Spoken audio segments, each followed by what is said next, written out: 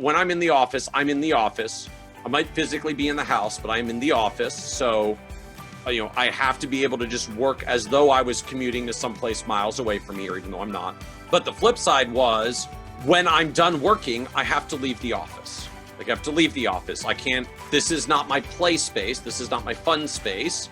Because if I hang out here then and have fun, then no one knows when I'm not in work mode anymore. And that creates other family stresses.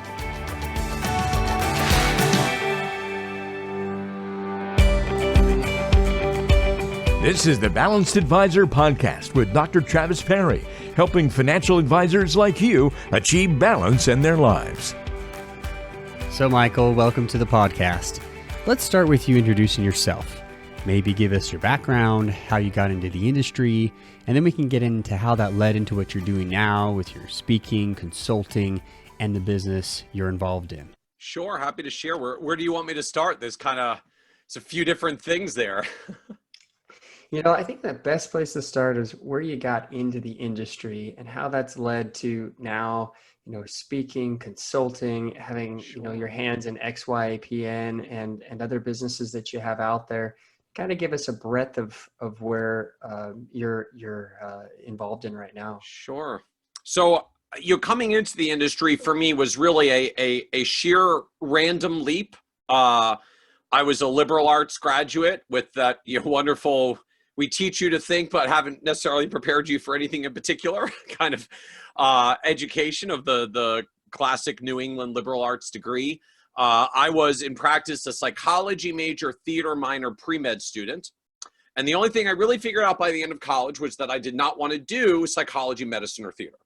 So I was graduating from school, needed a job, fell for a sales pitch from a sales manager at a life insurance company. Come be a financial advisor, great opportunity and potential, flexible work schedule, wonderful career upside. We want smart, hardworking young people. I'm like, well, I'm a sharp, hardworking guy. I can do this. And so just plowed right into the industry, straight out of school. Literally graduated Memorial Day weekend in 2000. So I graduated on Memorial Day weekend Saturday. I packed everything I owned on Sunday. I drove it home on Monday on Memorial Day, and first thing Tuesday morning after graduation, reported for work in the life insurance company, and I've been in the industry ever since. It took me about a year in that job to figure out I was not actually there to be a financial advisor. I was there to be a variable universal life insurance salesperson, which did not work terribly well for me. I am a fairly mediocre salesperson and an even worse prospector. I didn't know how to go out there and find people. I was not comfortable with that. I'm an introvert who would rather just hang out in my hidey hole with my computer. So that was not working so well for me. And probably out of just sheer stubbornness as much as anything else, I decided to stay in the industry. I had mentored that first year under the one life insurance agent in that office who was a CFP certificate. And so while everybody else in the office was 39 agents that would just go out and sell variable universal life insurance to anybody they could find, make the pitch, see who would buy. You got to get through the nose to get to the yeses, all that traditional sales stuff.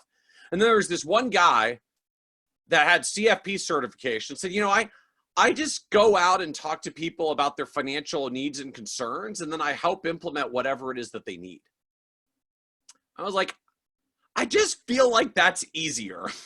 I wasn't even really all in on financial planning and the way that we help clients align their lives for their long-term goals and the rest of it. I was just down to selling the one thing I've got every time feels hard. Asking people what they need and giving them that just seems easier. So didn't work out at the firm where I was at, made a switch, but tried to find a firm that was more financial planning oriented and looking for people who were hiring that had CFP certifications and gave plans for fees. Ended out in a hybrid broker dealer firm that did that for a few years, switched from there to an RIA where I stayed for another 17 years thereafter, and then finally found my stride after a few years into the industry. But it was really kind of a random leap launch into the industry. I had no background, no training, no context. It was sort of that classic first job after college when you don't yet know what you really want to do. And then after a few years, realized like, oh, I actually really like doing this. There's some cool stuff here. I think I'm going to stay. It's really cool. I appreciate you coming, to a point there in your career where you realize that you hit your stride, right? Number one, that tells me there's hope for so many of us out there who are, hey, where's my stride? Where's my stride? But that, like so many people I've interviewed in the industry, financial planners, a lot of us has kind of fallen into it. We come into it in totally, different ways. And like you, I shared this on your podcast that I kind of fell into it myself through life insurance. So it's interesting, and that's a very broad net, and it brings a lot of people. They hire a lot of people. They bring a lot of people in the industry. Unfortunately, a lot it doesn't work out and they don't stay. But a lot of people, even today, and certainly over the past 10 and 20 and 30 years, like that's their entry point into the broader financial service industry to eventually start winding their way towards the financial planning part of the world. So you're in your niche now. You're in what I call a sweet spot. Tell us you've got your hands in a lot of different businesses.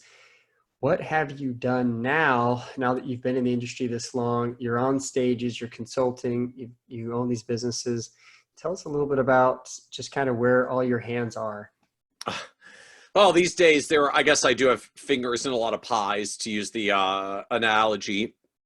So in practice, the anchor for me is Kitces.com. So that was originally the platform that I had created 12 years ago when I decided to take a step away from being 100% an advisory firm and transition to this world where I would start doing writing and speaking, which when I made that transition in early 2008, unbeknownst to what was coming shortly thereafter that year, when I made the transition originally, it was a fairly simple model. I was going to do speaking at industry conferences and try to get paid as a speaker.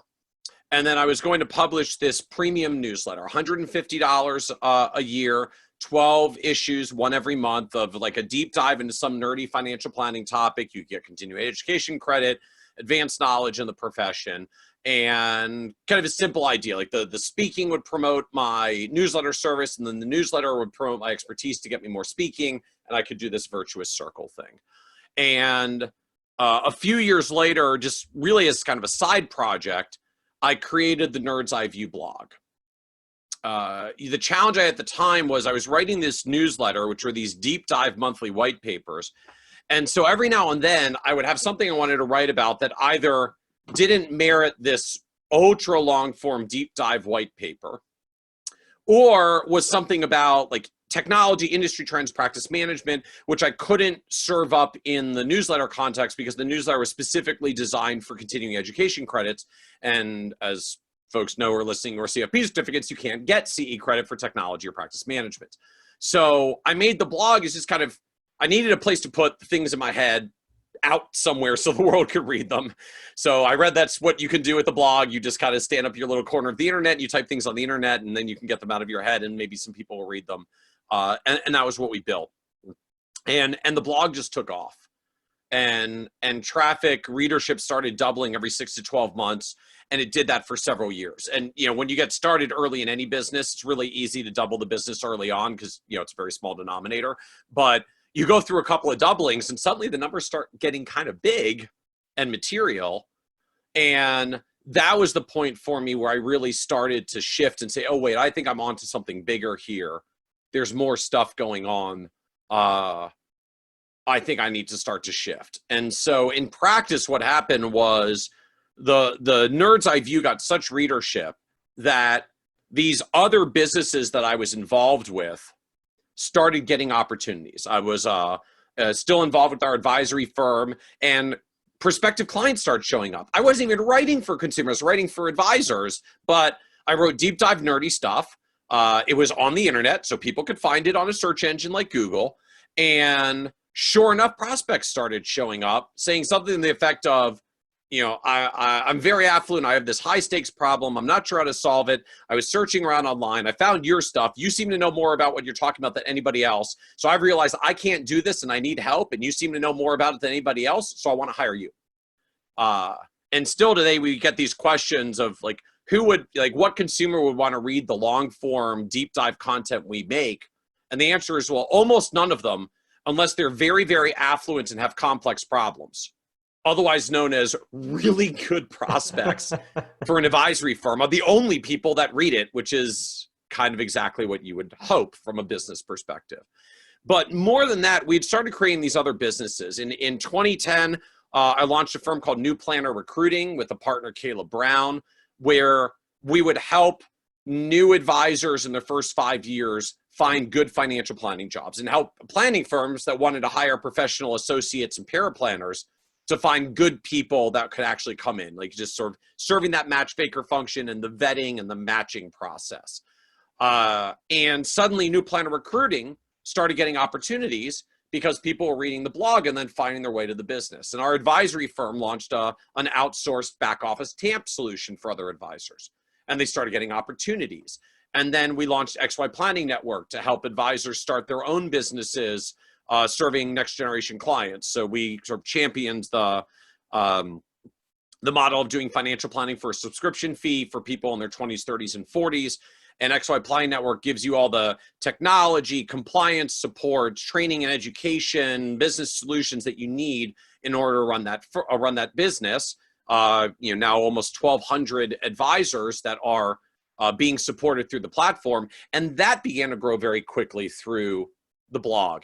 And so we got to this point in the evolution where I've ended out with, depending on how you count them, about 7 or 8 different businesses or business lines that I'm involved with, all of which kind of came about as extensions off of the blog, where we were just trying to write things that were helpful for advisors. Then some of them said, well, I got this problem. I can't find anybody to do it. Do you know anyone who can help? And being, I guess, a little bit entrepreneurially minded, like, well, if no one will make a solution for that, I'll make a solution for that. And suddenly the number of businesses grew. And so that's really become the evolution of the model. Today now we've got XY Planning Network for helping advisors start, run, and grow independent advisory firms doing fee-for-service financial planning for people in their 20s, 30s, and 40s.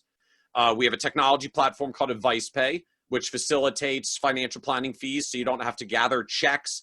You can do bank accounts, credit cards, just automate the entire billing process, which if you're not doing assets under management fees, you really kind of need some technology to do that efficiently. Otherwise, you get drowned in paper checks. We have New Planner Recruiting, FA Bean Counters, which simply does bookkeeping for financial advisors, FP Pathfinder, which does flowcharts and checklists for advisory firms, and then all the stuff that we do on the Nerd's Eye View blog. So consulting, speaking for industry conferences, our members section where we offer CE credits, and more that we're building around that platform as well. All that kind of came from this core hub of, we really just started writing a blog to try to be helpful for the advisor community, recognizing that if we do enough helpful stuff, at some point someone raises their hand and says, like, I need a little bit more help. In which case we can say, well, great, if you want help, like we have a solution for that over here. Like, let me introduce you to this related business that we've got. But the cool thing that happens when you grow a platform like that is we have so many people now that come and read the blog, and there's 200 to 250,000 people that come read every month. And so in that world, like, we literally only need less than 0.1% of our readers to ever do business with the related businesses, and the whole business model works. And so as I still today frame it to the team, like, our job is to give away what we do for free to 99.9% of people, because we still are successful and can grow half a dozen businesses at the same time just by giving away as much as we can for free to everybody that we can for free. Because I know at the end of the day, there's always a few people at any particular time that need some help and are seeking a solution and would be happy to pay for a good service provider. And so if you're looking for that, we got some things over here to help. But we don't even try to make that front and center, nor do we have to. If you need help, you can find your way to it. We just spend our time trying to help give stuff away to people for free. But when you scale that, it really does work amazingly well. That is phenomenal how you went from essentially someone who fell into the industry as a life insurance, variable universal life, VUL salesperson there, to someone who has created such a foundation and a specialty that is now feeding these, 6, 7 other businesses that you've created. Fantastic. Congratulations on that, Michael. And I know that you're a very sought after speaker and consultant. I know that from so many people I've talked to, as I seek to find speaking gigs and get into the association. I mean, you're the benchmark, and it's interesting how you've created that for yourself. I want to talk to you about the family life for a minute too. Sure. So I know as we did our interview on your podcast that we talked about family, and there was something that you left me hanging on that I want to make sure I get for this interview, because you were interviewing me. And so now it's a little bit of my turn. Sure. Tell me a little bit about your family and how you guys have kept this together. I know you're married, you have children, how you and your wife have done this while building, an empire. What has been maybe some of the frustrations and challenges of starting this up, getting it going, and then what are some of the things that you can maybe impart to other advisors or business owners out there trying to do what you do? Sure. So there are a couple of things worth reflecting on for this journey from kind of the family end. So the first, so at the point I kind of started what I'll call the current journey. So I made the switch from being 100% in an advisory firm into this world where I am part in the advisory firm and part doing this other stuff in the industry. That transition came in 2008. At that point, my current wife was then a girlfriend. We had been dating for many, many years already, but we were not yet married. And so that's notable first in that it means by the time we were getting married and starting a family, some of this was already part of our reality. I was already in a world of speaking. I was already in a world where I was doing some entrepreneurial stuff, right? I'd started the blog platform and the speaking and newsletter business.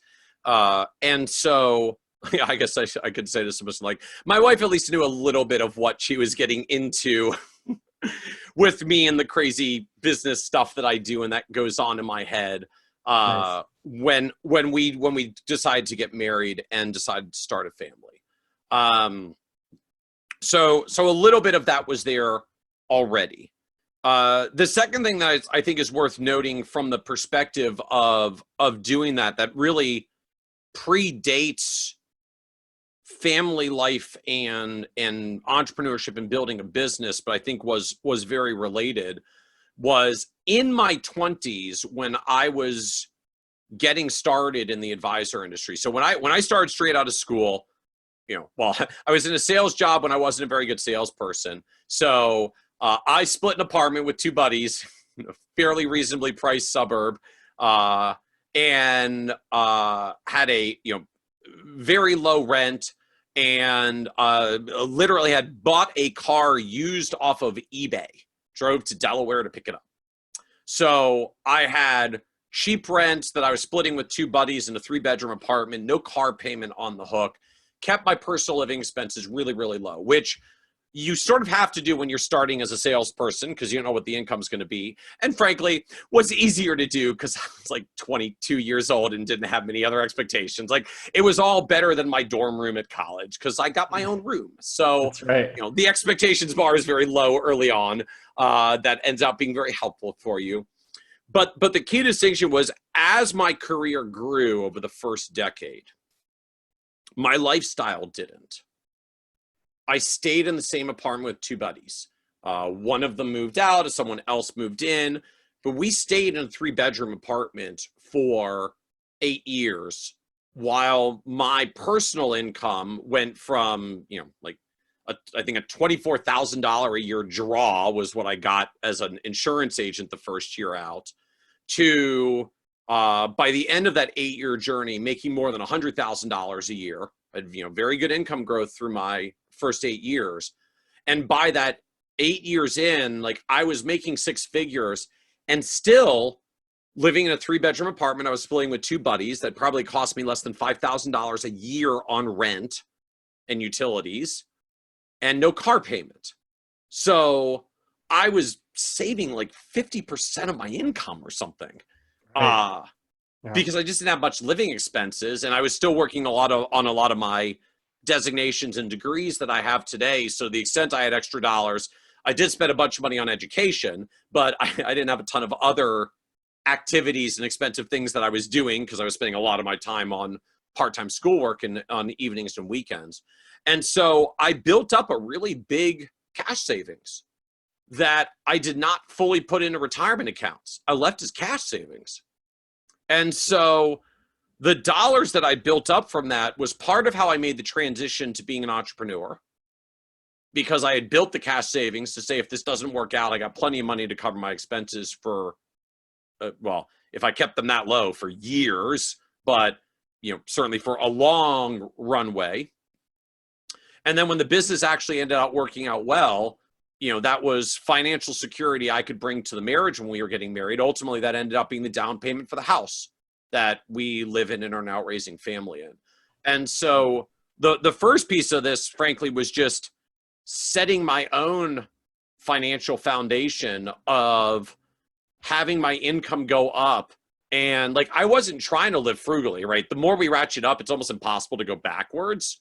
When you've been living on your own, you don't like to go back to apartments. When you bought your own house, you don't like to go back to rents, right?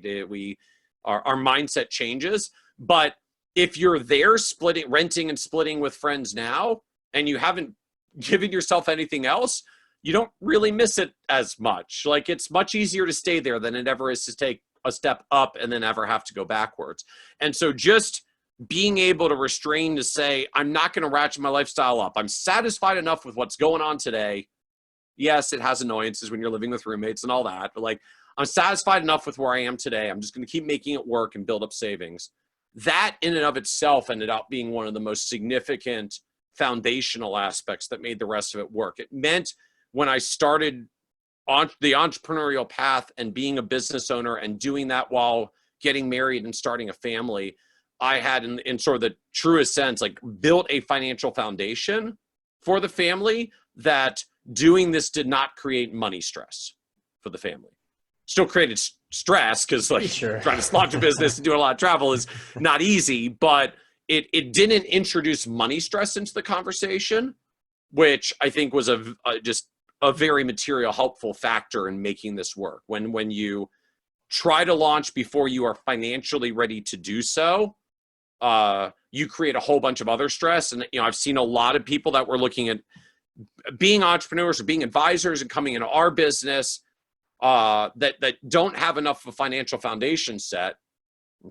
So I'll say to them, like, well, what can you do to cut your living expenses and change up your lifestyle? I know that's not pleasant, but if you don't cut it now to build up your savings, then you're really putting your family at risk. They say, well, we can't cut back. My family doesn't want to change anything. Like, we got to do it like this.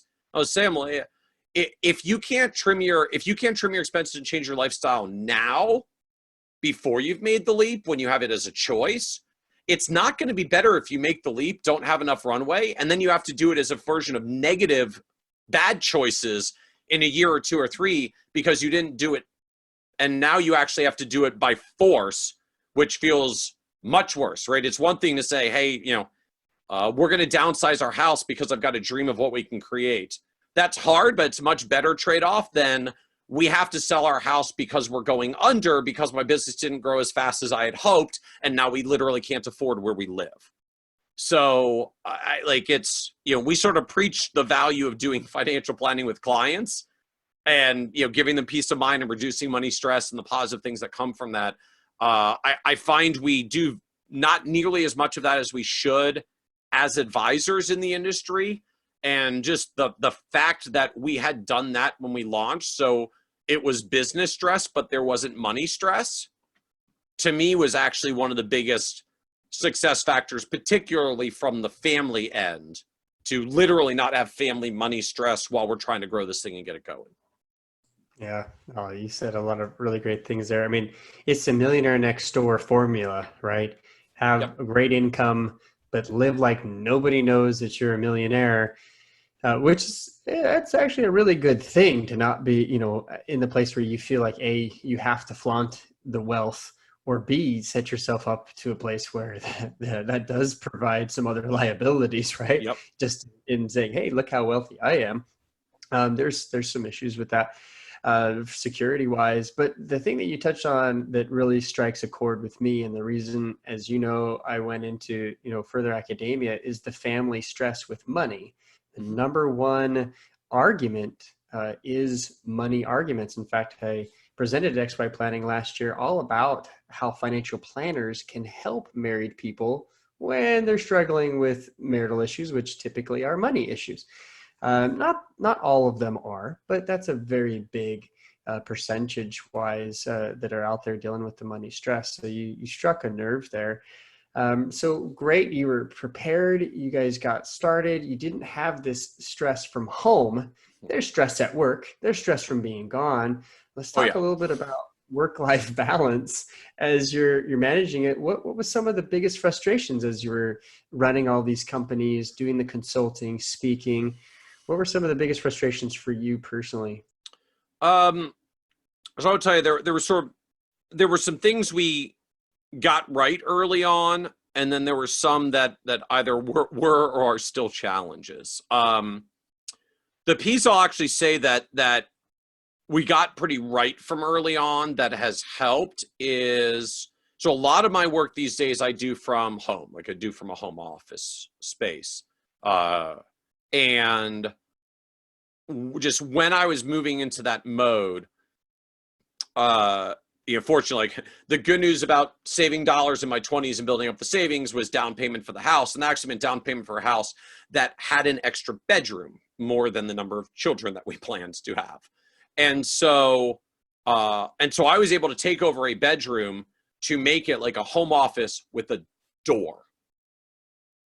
And when the door's closed, Daddy is working, and I'm not able to come out and play, and I'm not able to do other things, and came to an agreement with my wife, like, when the door is closed, like, I'm at the office. I know I'm upstairs, and I'm upstairs, but we have to respect this as a business boundary, that when I'm in the office, I'm working. Like, I can't come out and watch the kids for 10 minutes while you're doing something, and I can't grab them while you run out, and I can't come downstairs to help out with that item. And, like, I'm not trying to be obnoxious, but I can't be productive and focus the work that I need to do if we don't respect that. Even, and perhaps especially when you're working from home, you still have to have a work-life boundary between them, so that you know when you're on and when you're off. And so on the one hand, that means when I'm in the office, it was sort of a dual commitment. So when I'm in the office, I'm in the office. I might physically be in the house, but I'm in the office. So, I have to be able to just work as though I was commuting to someplace miles away from here, even though I'm not. But the flip side was, when I'm done working, I have to leave the office. Like, I have to leave the office. I can't, like, this is not my play space. This is not my fun space, because if I hang out here then and have fun, then no one knows when I'm, like, not in work mode anymore. And that creates other life and family stresses. So we made that dividing line fairly early on. Not even sure why. Like, I think I'd read someplace that this is a suggested thing to do when you work from home. So I was like, this sort of makes sense to me. I'm going to try it. And it did. It worked in practice. It helped a lot. The biggest challenge for me, I think, certainly in the early and kind of middle years, some sort of 12 years on at least this stage of the journey, just was the travel. And, I am out for many years. I was doing 70 plus conferences a year. So I was probably out 90 to 100 nights a year with little ones at home. So, missing kids terribly, feeling, very bad, to check in with my wife. I'm like, I couldn't even share. I didn't feel comfortable sharing some of the stuff that was happening when I was out on the road, because it's like, what am I going to say? Like, oh my gosh, I'm speaking at this venue in Las Vegas. I just had John George's Steakhouse. Like, it was freaking amazing. Like, that was some of the best beef I've ever had. How's your night? Oh, the kids were up all night last night and threw up on me 3 times. I'm like, yeah, there's that guilt of just like, I've had this great time and you're at home doing these things. And obviously, like, there's a working piece to that as well. Like, I was at John George's for a working dinner, and we actually got some good business done, and this is good for business in the long run. I like, not even just rationalizing it, it really was. But like, I felt some guilt challenge over that, and just like knowing what my wife is going through when she's got long nights on her own with 1 and then 2 and then 3 kids.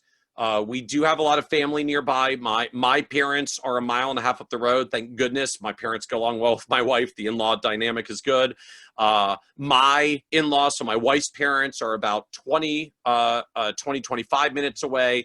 I've got a brother-in-law and sister-in-law in town as well. So we have a good family infrastructure support, which I think also got me more comfortable that even if I have to travel, like, my wife is not completely alone. There's other family support structure in place, but I think a lot of challenge, a lot of guilt around just traveling and being away. As the kids got older, it got harder, right? Because the truth is, when they're 1 and 2 years old, like, kids at that age, there's sort of the puppy dog effect. Like, you could be gone 5 minutes or 5 days. They are equally happy when you come in, and they are equally out of sight, out of mind when you're gone. As they got a little bit older and we got to like 3 and 4 years old, they understood what it meant when daddy was leaving. That, when the travel bag came downstairs and got put next to the door, my daughter would immediately start crying because she knew it meant that I was going to go away for 1 or several days. Like, that piece of the dynamic was really hard. And to the point that eventually, after a few years of that, like, I began to morph the business model to charge a little bit more for the speaking I was doing, do fewer events, and just try to get a little bit more home time. I still travel a lot, but I used to do probably 90 to 100 days out on the road for a long time. Now I probably merely do 70 or 80, which is still a lot of travel nights, but in the aggregate, that's basically an extra literally month of nights home, like another 30 days at home. And that was material for me of just kind of feeling like I was getting a little bit more time back with the kids and really feeling the pain and pull of being away so much. Yeah, and those are those formative years. So you're starting to feel it. Those 3 and 4-year-olds' minds are starting to develop, and they studying child development. Those are the attachment years where they have a good attachment to mom or dad, or hopefully both, or not. So I can see that you were feeling that guilt. I know a lot of us that are out, doing working business meals and then coming home and, hey, it's leftovers tonight, right, hon? We've all been there because we have these responsibilities. So there's a little bit of that guilt, but it seems like what turned your corner was your family. I interestingly did another interview earlier today with a very successful person who, that was it for him too. He was looking out the window back when you can get to the past airport security and watch people as they were leaving. Yes. And he was the old days. Yes, I remember that. Remember that? Yeah. So it was definitely challenging for the travel. I can see that you reduced that a lot. What are still some current challenges besides obviously the travel to your work-life balance, being there with your wife and kids and family? Because that's obviously a big part of your life. I think the biggest challenge that's gone with it over the past few years is just so ironically, like the success and the growth of the business. So, we all get what happens. Like, if you try to build a business or an advisory firm or whatever it is, and it doesn't go well, Like there's business stress that may lead to money stress. There's all sorts of family stress and dynamics that go with that, and a lot of hard stuff to deal with. Success in the business brings its own other set of challenges, though. In a growing business, there's always more stuff that needs to be done. You never feel like you have enough resources, particularly in a fast growing business, because you don't even get the time to be profitable to hire up for the next people, because you have to hire the people before the money even shows up when you're growing quickly. And so what ends up happening in practice, like the excess work spills back to the business owner, right? Because you're chief cook and bottle washer along the way. And so the growth of the businesses that just continually and forever push more work back to me means, for a long time, like I while travel is scaled back, like I probably work more hours now, or at least had over the past 5 years, than I did the preceding 5 years. Like the bigger it got for a while, the more consuming it got. That is only now finally starting to change, because the businesses are getting to the point where we have enough team infrastructure that I can actually build team around me. There are people to delegate things to when there's a problem, like, hey, team member, like there's a problem. Let me know how it goes when you fix that. And like not being obnoxious, like that is their job. They're hired to deal with that thing. That's their thing. So like, let me know how it goes. I don't need to blow up my weekend solving this now. And so in essence, I think both the challenge that happened for a long time and what's now starting to turn the corner is just getting ahead of the hiring curve. I hired way too late for a long, long time. And like, it's pretty simple. When you hire too late, it all comes back to hits you as the business owner. And so, I spent years always being behind the hiring curve. And by the time I even realized I was behind and I would hire, then I would have to spend a whole bunch of time training and getting them up to speed, which is time I didn't have. And then by the time I got through that, it was like, well, crap, we grew more. I'm still behind.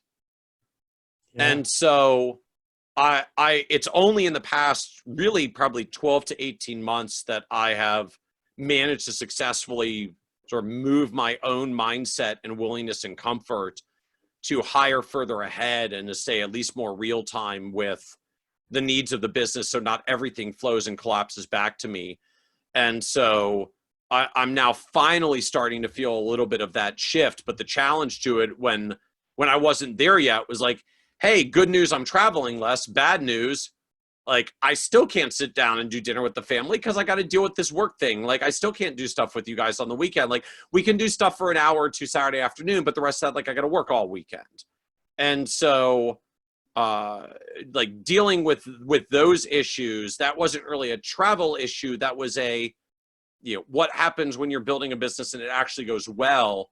And my timing of how quickly and effectively I hired ahead of the curve in the business was reflecting and flowing back to home life and family life, or limiting home life and family life, which again was making it challenging. And so recognizing that kind of that dynamic of not only do I need to get ahead of hiring because it's good for the business and I was bottlenecking the business, but that it's also was ultimately the path that got me to a better balance in time and focus I could have with the family. And candidly, like I'm still not quite fully there yet, in part because we've done so much hiring recently that not all the team is fully trained up to where they need to be quite yet.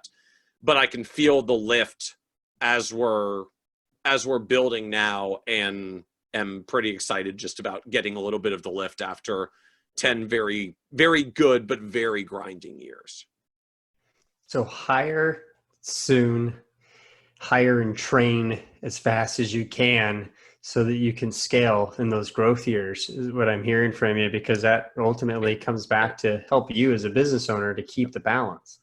And really it's it's a business management at some level. It's just a sort of a fundamental business confidence issue, right? We don't just as business owners, like not being greedy, but you don't hire unless you're comfortable you can make a positive ROI and growth impact on the business by doing the hire. And, when you're early in the years, those hires get really hard because the hardest hire you will ever make in your business is your first.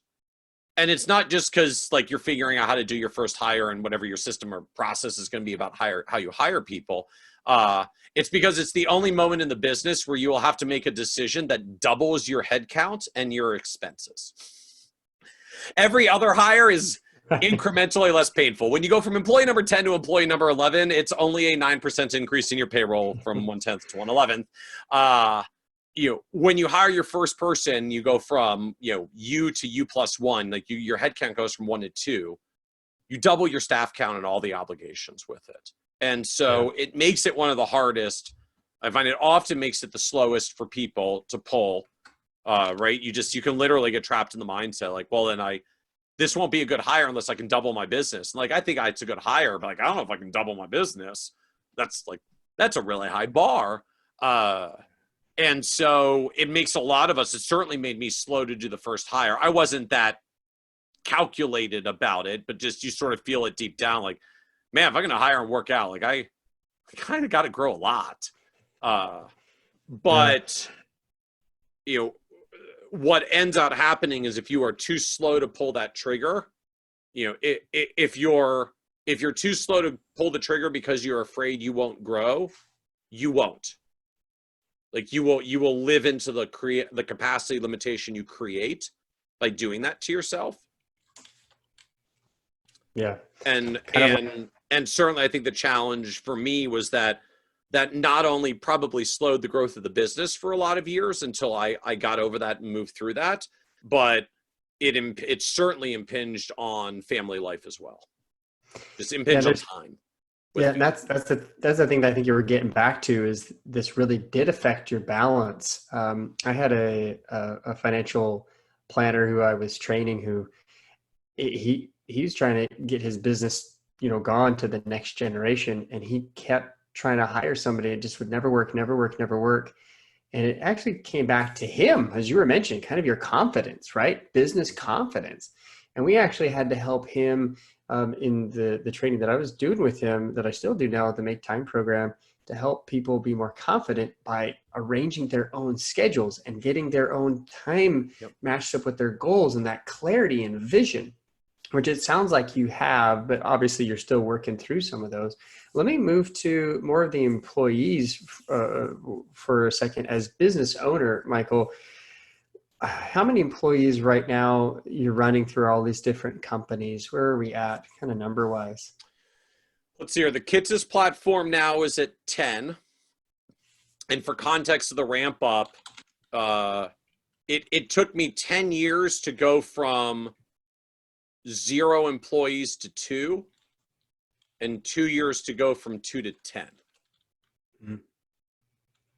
It's amazing what happens when you start really being willing to reinvest more into people in the business. Not that we weren't doing pretty well in growth throughout, but it certainly accelerated once I was able to get comfortable with that level of reinvestment into the core platform.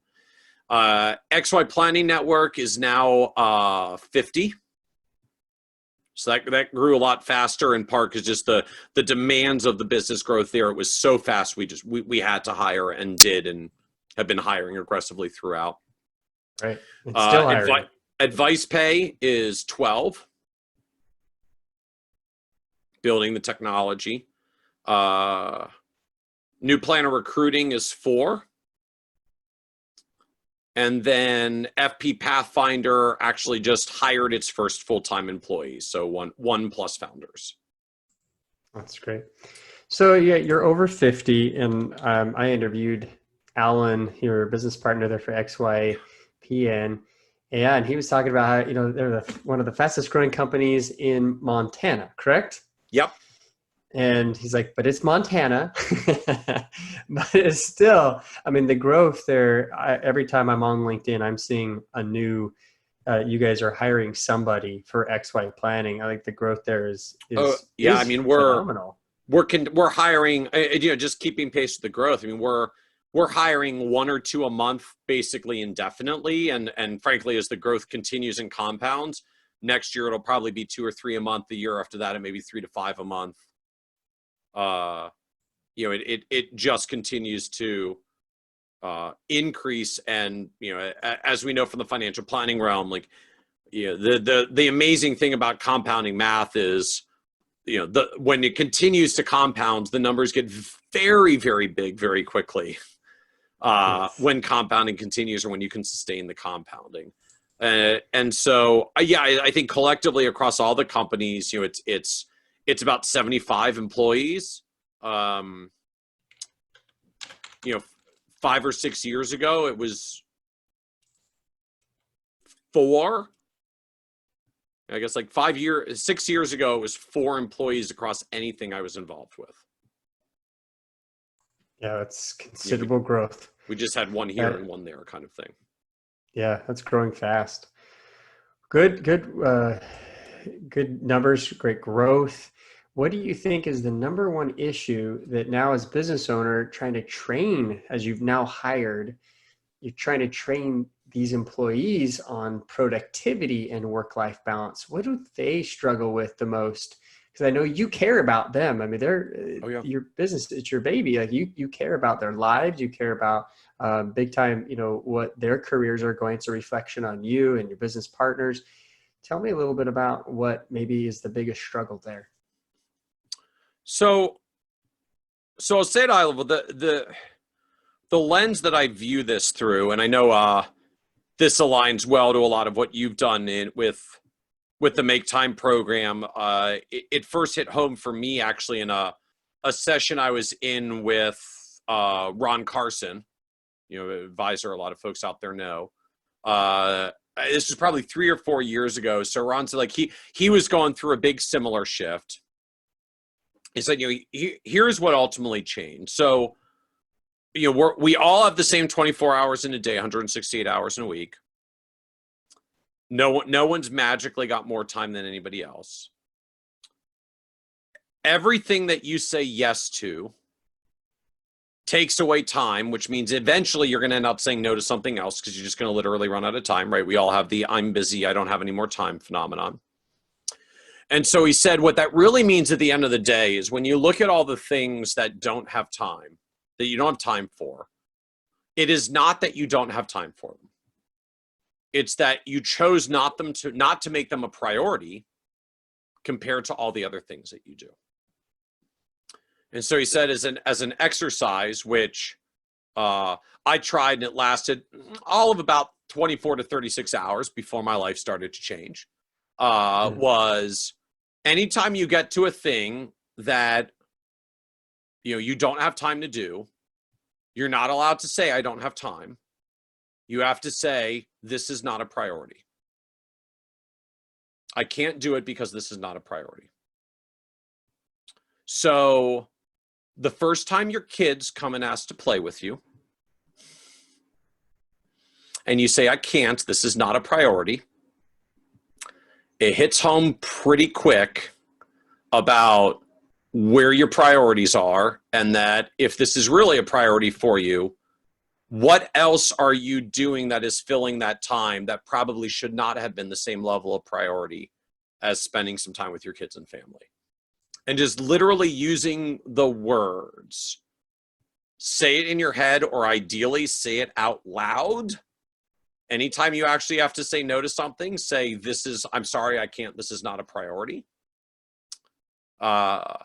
If that's actually the right decision, it'll feel good, right? You'll be like, yeah, actually, because this really is not a priority. I actually don't need to be spending time doing this. And if it is, you immediately start reflecting back on if you can't do this, what else did you say yes to this day, or this week that's crowding out that time? And start reflecting back and saying, so right now I have to say this is not a priority because I don't have more time for it. What else did I prioritize, and were those actually the right prioritizing decisions? And there's nothing like trying to say out loud, this is not a priority, to something that clearly in your mind at the end of the day is a priority, to force you to start making some shifts.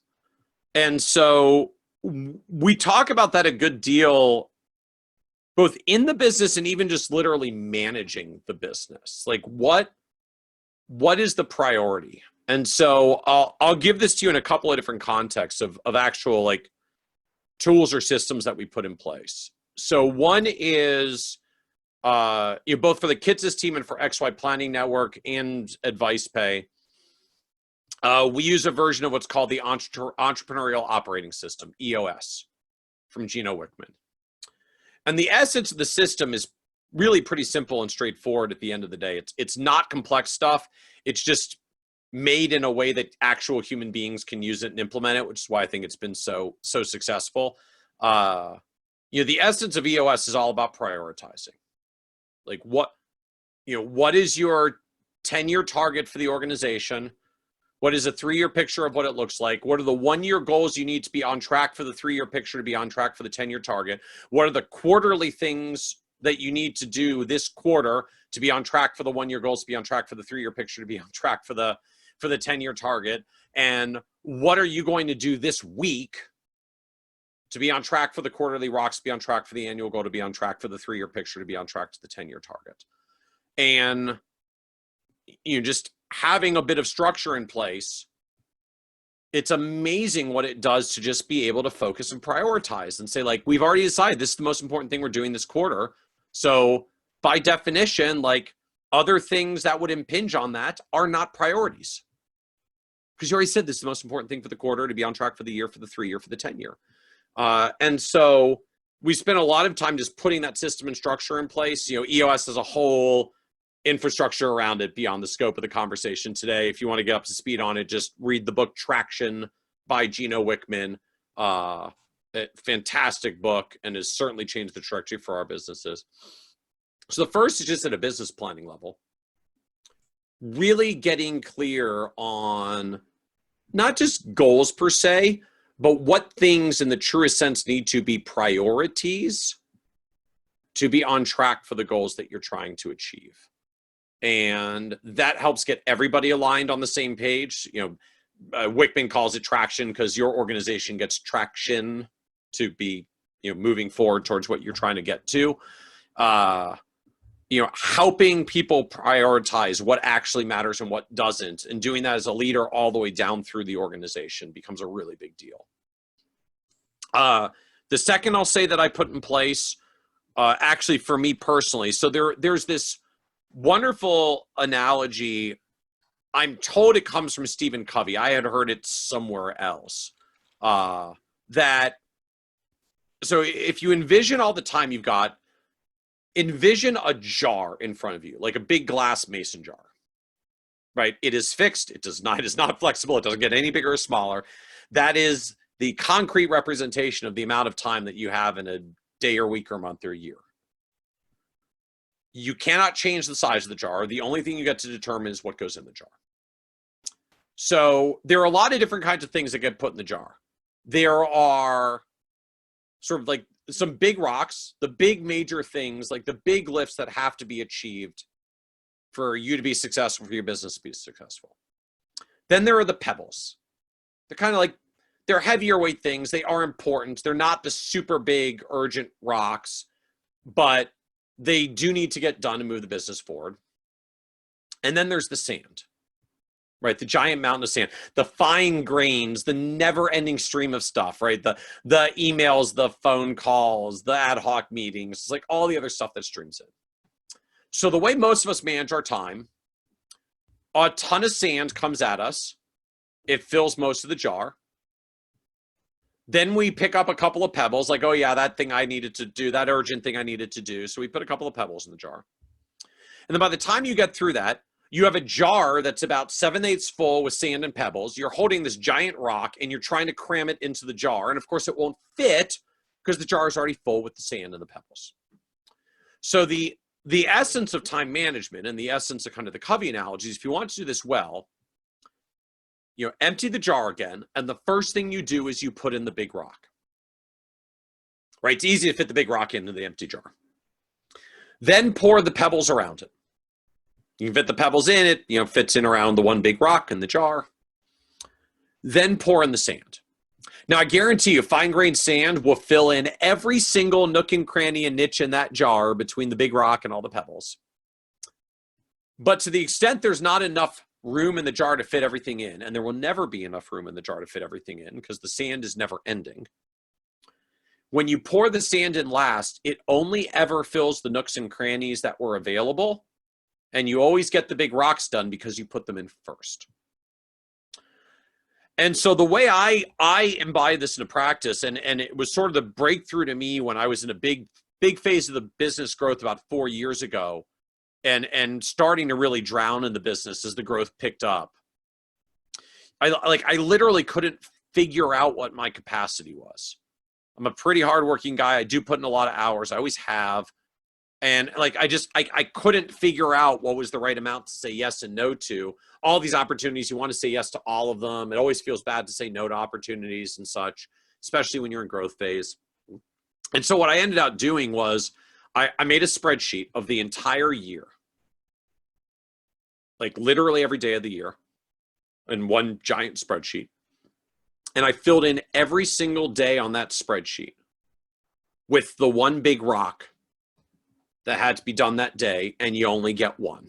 So if I was traveling that day to speak, that was the big rock. Like, yes, I can answer some emails and some other one-off stuff, right? You can always pour sand into the nooks and crannies.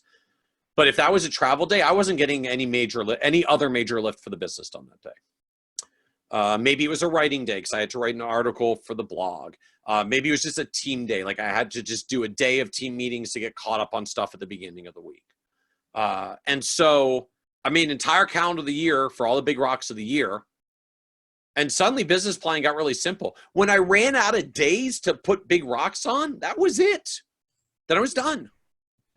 And so then it immediately started the question like, okay, there's about 250 business days in the year. Like, so you only get 250 rocks. So which ones are really important? Like, how many am I going to spend on team management? How many am I going to spend traveling for speaking? How many am I going to spend writing? How many am I going to spend management stuff for the other businesses, right? It starts forcing you to prioritize, which is the point. Yes. And so that for me was kind of the second big breakthrough, was adopting that big rock structure and knowing there's only so many days in the year and therefore there's only so many rocks I'm allowed to get for the year. Forced prioritization, which ultimately began to get me unstuck and drive the business forward when I was kind of feeling like I was drowning in capacity. And then the third item I'll give really quickly that we're now starting to flesh out and put in place today is particularly for the team, right? In a business owner context, often like I got one big rock for the day that I'm going to lift to move the business forward. Average team member doesn't necessarily have one big lift, right? They've got more ongoing things that they need to do. But anyone on your team has the same challenge, right? There's the important, there's the not so important, there's the urgent, there's the not so urgent. We often get caught up on the unimportant and not urgent. At best, we do the important but not urgent, or we do the important and urgent, but we never get to the important but not urgent. Those always get put off to the side. And so what we started doing for the team is every morning, so I run the business internally on Slack for team communication. So we got a little bot called GeekBot, and just a plugin for Slack. And so GeekBot asks the team every morning, what are the 3 main things you hope to accomplish today? And so getting all the way down to the daily level, you know, when you wake up for the morning, right, before all the email comes in, everything onslaughts you and starts derailing you, what are the 3 most important things you plan to get done today? So you can look back and figure out, like, there was always a lot of stuff to do every day. Did you do the 3 things that mattered most to accomplish what you need to accomplish for the day, for the week, for the month, for the quarter, to get your quarterly rocks, for the year to be on track for the 1-year goals? And then that feeds directly into the business plan. But really all of those, like, the EOS system, which is all about long-term goals that lead to midterm goals, that lead to intermediate-term goals, that lead to short-term goals, that lead to what exactly is a priority over the next day and week to be moving the business forward, to the big rock system of, where are you focusing every day, down to your 3 items for the day. All of those at the end of the day come back to, there's always forever a never-ending stream of stuff. What are you making priority? Yeah, I like it. Sounds like you really have a good system, both business and personal, and even for your team. that has helped to drive your success and bring you forward. And that's at the Make Time podcast. That's what we're doing. We're interviewing people to see what are they doing now? Like how are they getting through this, time? It's crazy. It's uncertain, but things are going to normalize. Things are going to get to a new normal. And it sounds like you guys are using systems and principles that are around. I mean, even though Steve Covey brought up the rock system, and I remember when I saw him present it's not that. rocket science. I'm not reinventing the wheel here. Right? No, We're just trying to no. put some systems and structure into practice. Exactly. Yeah, exactly. These are principles that have been around for ages. And I love Covey. I've got 3 of his books on my shelf, like maybe even 4. But and that's because I've studied work-life balance and time management. And I find that financial advisors, they're really poor at this. 3 to 5 times greater than anyone else in the society. Really, Americans, financial advisors are 3 times more likely to be a workaholic than not. And FPA did the research on this, and so coming from this industry, Michael, being able to get here and have this system is something to applaud, and for a lot of other advisors to learn from. And I hope they do. I hope they reach out. I hope they see you at XY Planning, and obviously they're going to see you around. You're still out speaking. You're not going as far as that's concerned. But what would you give as maybe your final parting piece of advice for being successful as a financial advisor or as a business owner, or both? I think the last thing I would leave folks on is recognizing that there's a shift that happens as an advisor when you're growing your firm. So when you start the business, everyone more or less starts from scratch, particularly if you're coming in, I'll call it the traditional way, which is like, congratulations, you're a financial advisor, now go get clients. So in the early years, we have a lot of time and not a lot of clients. So all this stuff about time management and priorities is very, very forgiving because we literally have more time than we have clients, right? And so, we do whatever we want. We try whatever it is. We get some clients, we go get more. It doesn't even really matter how much we service them. Like you can over-service the heck out of them. You got time, it's no big deal. Then you start getting some clients, hopefully you get some momentum. It feels good. You're doing all this work, but now it's actually paying off and you're getting income and dollars are coming in, it's rising, it's starting to grow. And then there's this shift that happens where you hit the capacity wall. We're like, well, damn, I actually have enough clients. I got 40 hours a week worth of work now. But growth feels good and making money feels good. So I'm just going to keep going. I can work harder. So you take on more clients and then you're working 45 hours a week. And then you take on more clients, and you're working 50. And then you take on more clients and you're working 60. And in sort of the truest sense, the business is being rewarded. Right? You're making more money. Every new incremental client you take on, same costs, new client, profit drops straight to the bottom line. Just feels really, really good to take on new clients, particularly once you've covered the core expenses. But I think it's the single thing that is most conducive to and even causes this workaholism that we start getting trapped in as advisors. And it's that once you hit the capacity wall, you have to start changing your habits and behaviors.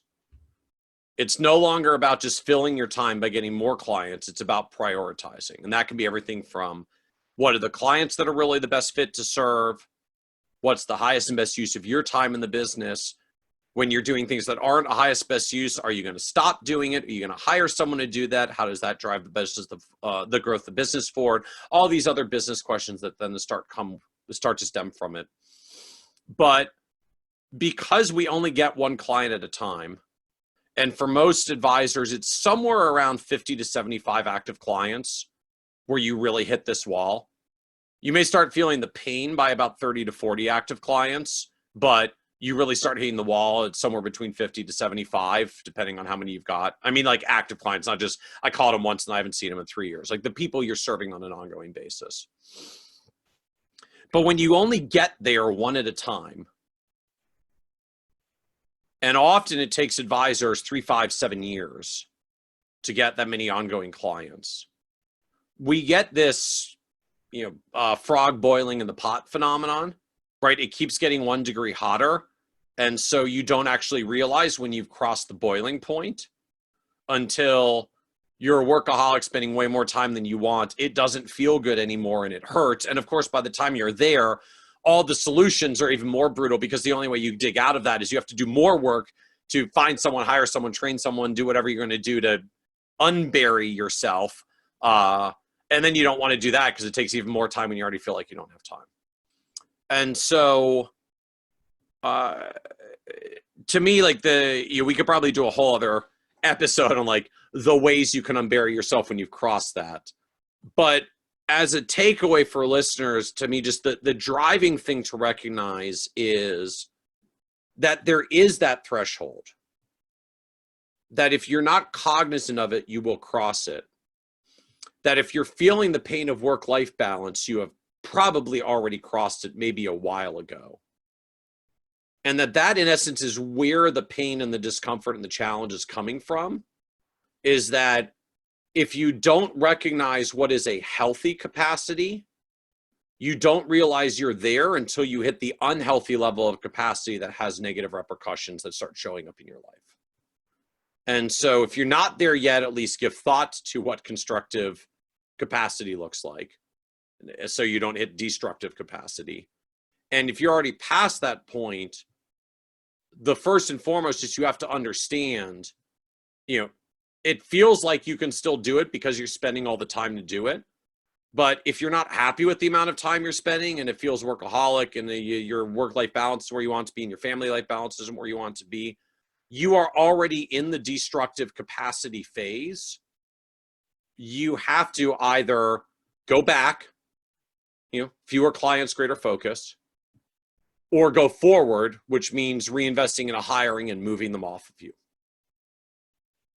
But the starting point is that you have to accept there is a point of destructive capacity. And if you're feeling that pain, you're probably there, and you have to commit to changing it. I appreciate that, Mike. Good advice. Great story as you've built your business, as you've been able to serve and grow your companies and be able to help and support and train your employees. Just really solid advice. I like the analogy of getting, buried. And I was just thinking that's what I do. When I realize this in the industry, I help unbury financial advisors. That's my new tagline from now on. I like that. That's really what I do, is I help unbury financial advisors and business owners who you may actually have good business systems, but don't ever create the boundaries. I'm in a work shirt and I've got my work shirt on. Nobody sees me. I mean, yeah, we do this, but this isn't, you don't really care. I do this for my 6-year-old. So when I come out, she can go, oh, Daddy, you're still at work. I have a door for that very same reason you mentioned a long time ago. But there's so many of these boundaries that we don't set up even at work that can get us home. Now we're, our whole society is turned upside down for the time being, although temporary. We're all experiencing what it feels like to work at home. And if you don't have boundaries, what you need to be doing to set those up. So really, really great nuggets and kernels of knowledge that you've been able to share with us. I really appreciate the time we've spent together today. And thanks for being a guest on the Make Time podcast. Well, my pleasure. Thank you for having me out. I hope it's helpful food for thought.